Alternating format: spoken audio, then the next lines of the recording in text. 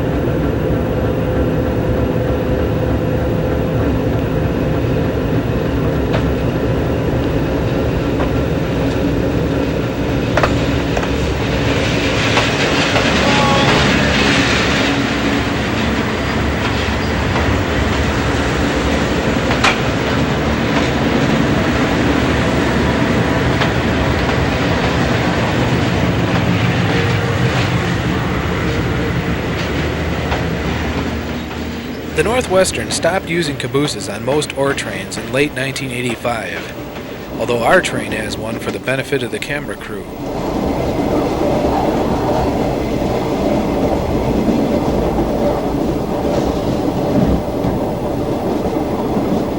Cabooses and slack action go hand in hand.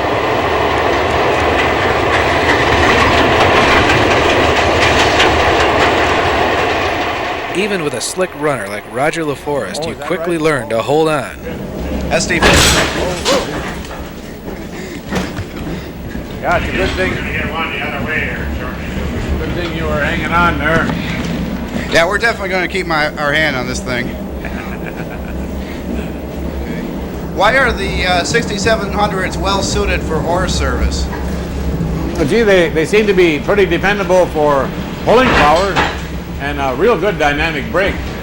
The engines we had before these, those Fairbanks Morse, the dynamic brakes weren't much. And of course they had to use the air a lot more.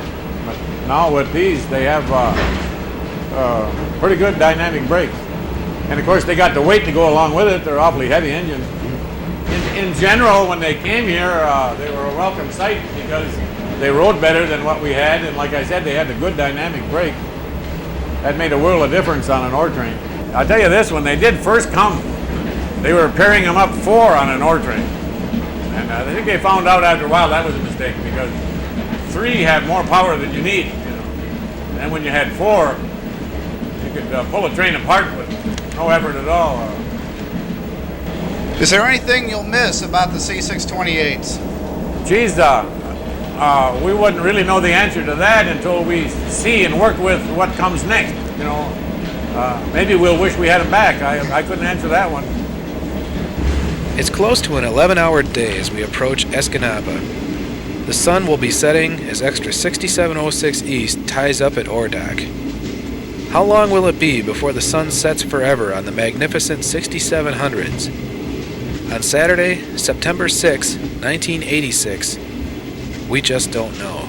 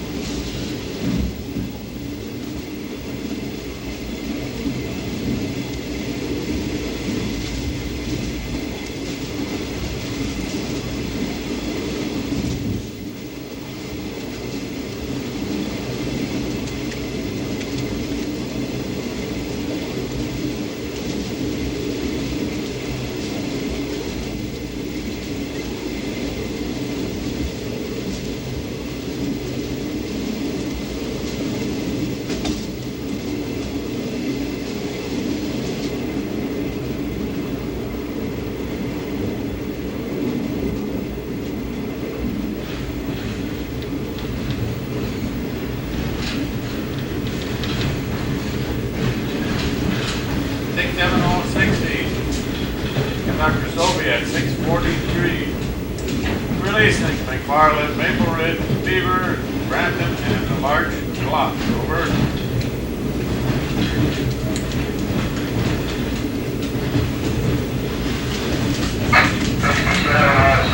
Conductor Sauve at 622 p.m. releasing the McFarland, Maple Ridge, Beaver, Brampton, and Larch Bluff. Over. That is correct. Out.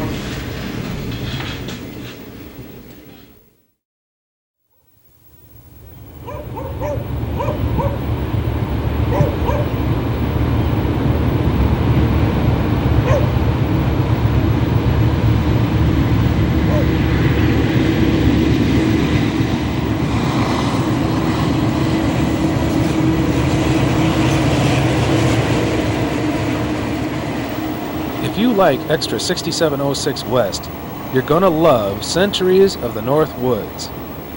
Join us for a close look at the Northwestern's Alco C628s and the remarkable story behind them.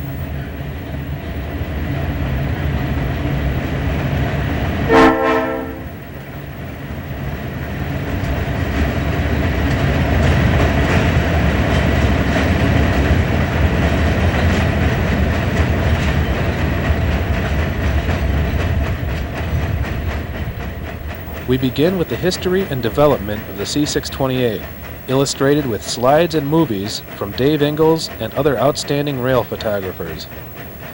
We'll see what made the C628 a landmark locomotive for Alco and why they lasted so long on the Northwestern.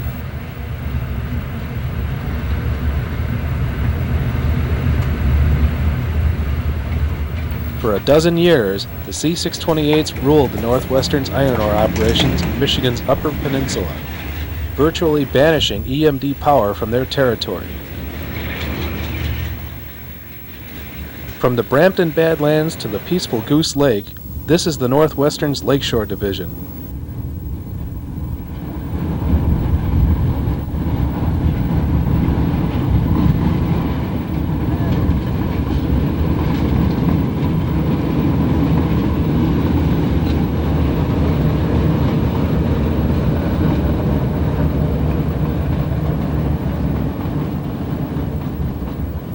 High-speed C628s on a beautiful June day are next as a pair of 6700s stretch their legs on a genuine freight train, ESGBA.